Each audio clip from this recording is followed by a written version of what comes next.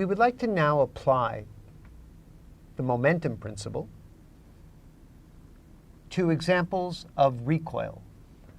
So recall that the momentum principle is that the external force causes the momentum of the system to change.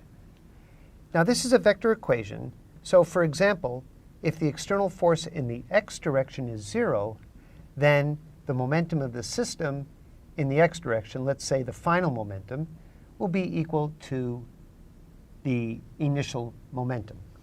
I would like to now apply the momentum principle to an example of recoil. And in our recoil example, we have a person jumping off a cart. So let's just look at how this example can work if we draw momentum diagrams.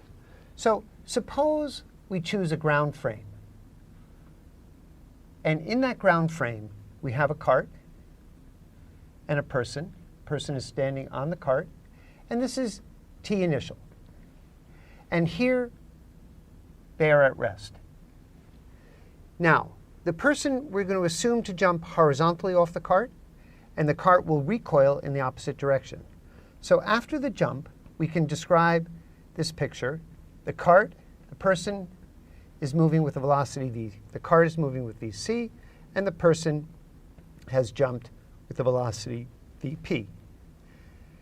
Now, suppose I choose a different reference frame. That instead of choosing a ground frame as a reference frame, moving with the velocity vc. You can imagine that maybe I have a car here, and that car, you're inside that car, moving with velocity vc, and you're looking at this picture. Then what would our momentum diagrams look like? Well, if I'm moving in a car this way, and in the ground frame, the initial picture is the person in the cart is at rest, then in my moving frame, it actually looks as if the cart and the person are moving in the opposite direction. So let's write that this way. Here's the initial picture, T initial. And in this frame, the person in the cart are moving with vc minus vc.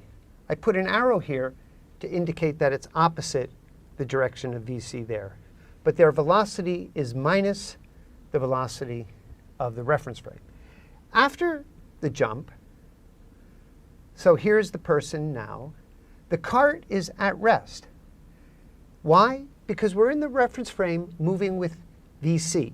So if you're in a car and you're moving at the same speed that the cart has with the ground frame, then in your frame, this cart looks like it's at rest. What about the person jumping off? Well, let's write it this way. So this is the velocity. I'm going to use a symbol u. Now, u, this is what we mean by that. This is the velocity of the person in the moving frame that's moving with velocity vc. That's the velocity of the person as seen by a cart. Sometimes we call this the velocity of the person relative to the cart. What does that word relative to the cart mean? Well, you can see in this picture, in this moving frame, the cart is at rest, and the person jumps with a speed u, velocity u, relative to the cart. So these are our momentum diagrams for a ground frame in which the person in the cart start at rest, the person jumps off. I can put an arrow here, but it's really, information is in that vector. The cart is moving. In a frame moving with the velocity of the cart, then what does my picture look like? Well, the cart and the person initially are moving opposite direction. Again, you're moving this way. The cart looks like it's moving that way if you're inside the car. And the final state, person, cart is at rest, and the person is jumping with the velocity u relative to the cart. Now, our question now is how do we relate these two velocities, u and VP. What are U and VP? VP is the velocity of the person in the ground frame, and U is the velocity of the person in the moving frame.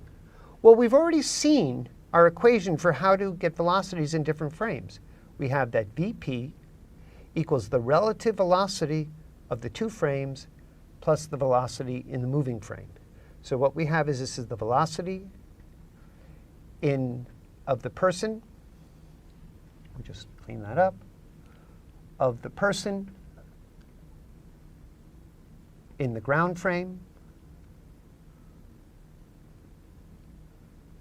V is the relative velocity of the two frames. So here we have that V is the velocity of the cart because you're in a frame moving with VC with respect to the ground. And U is the velocity of the person in the moving frame.